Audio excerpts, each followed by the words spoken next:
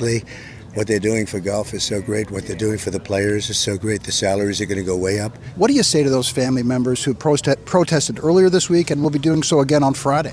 Well, nobody's gotten to the bottom of 9/11. The trend line is one that I will sustain throughout the rest of my presidency, and that is to make an argument to those friends and allies of ours that if they want a society that is going to be able to sustain itself in this age, then they're going to have to change how they do business. You have to stand proudly for the national anthem. Well, you shouldn't be playing, you shouldn't be there. Maybe you shouldn't be in the country. Trying to remind folks that part of what makes this country special is that we respect people's rights to have a different opinion. The test of our fidelity to our Constitution, to freedom of speech, to our Bill of Rights, is not when it's easy, but when it's hard.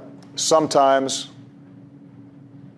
out of these controversies, we start getting into a conversation, and I want everybody to listen to each other. These are polarizing differences. We're so gallantly streaming, and the rocket's red glare.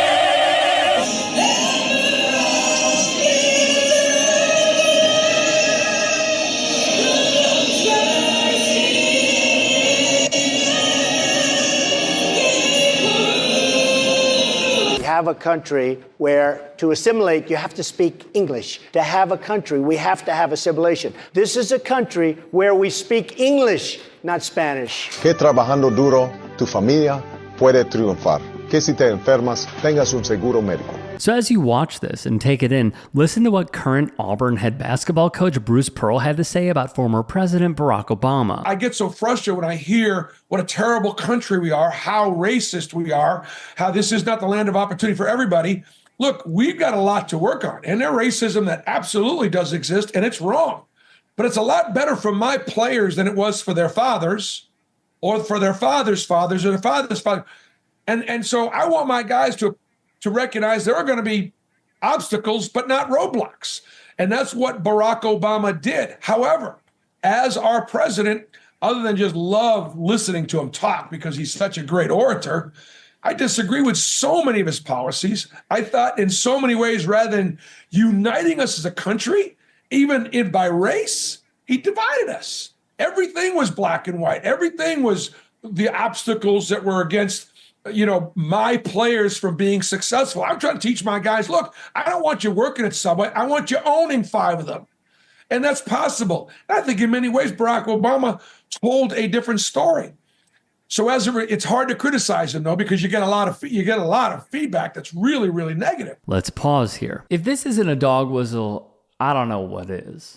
Consider this. Hey, Bruce. With the election this week, obviously you've been very outspoken about your political beliefs. Has there, in support for Donald Trump, has there been any concern personally or, maybe from people around you about potential impact on the program in any facet, whether that be in recruiting or other areas?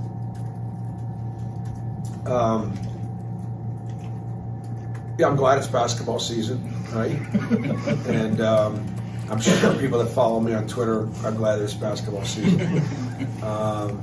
And I really take more. I spend more time on issues and policy than I do politics, really. Sometimes, they do get political, but it's more about policy and issue. And obviously, with Israel being at war and the tremendous increase and rise in anti-Semitism, public display of anti-Semitism in this country, and the things that sort of led up to a couple of Holocausts that have taken place, one back in Germany and the other one on October 7th, a year and a half ago. And so Dr. King said silence is complicity. I'm not going to be silent.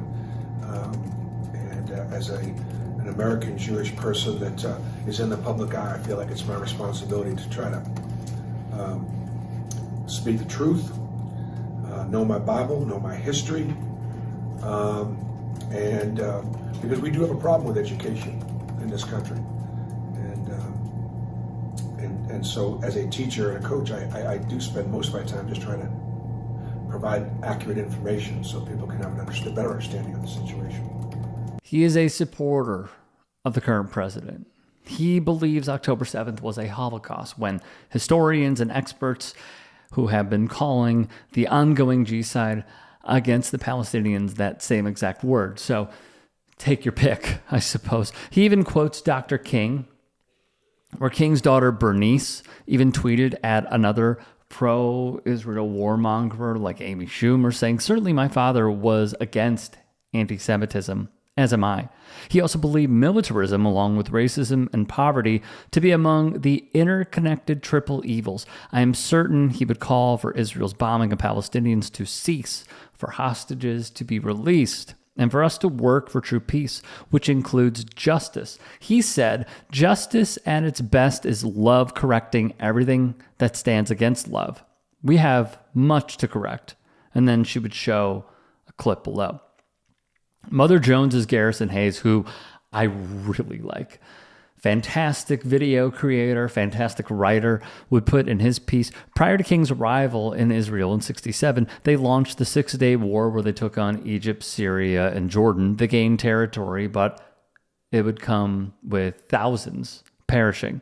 Israel would lay claim to the entirety of Jerusalem and seize control of the Gaza Strip, West Bank, and the Sinai Peninsula, eventually returning Sinai to Egypt after a treaty in 1979 that was signed. So King had to take a stance here regarding the Six-Day War. And on ABC's program, Issues and Answers, he would say the following, and I quote, "I think for the ultimate peace and security of the situation, it will probably be necessary for Israel to give up this conquered territory, because to hold on to it will only exacerbate the tensions and deepen the bitterness of the Arabs."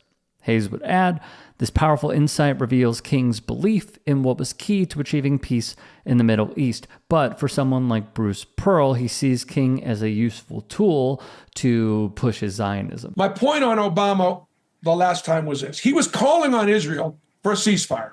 He was calling on Israel to stop the war. He was calling on Israel, like, to release the hostages. And I'm like, dude, they're not the ones holding the hostages. They didn't start this war.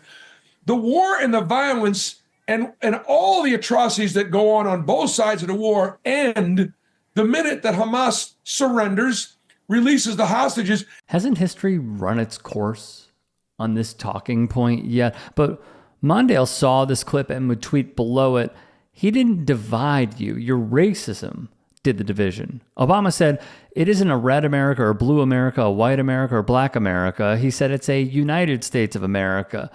You, sir, are just used to telling black young men what to do and not to have one in power." I hope the NCAA is listening, and I also hope all black athletes know exactly what you were saying in this message.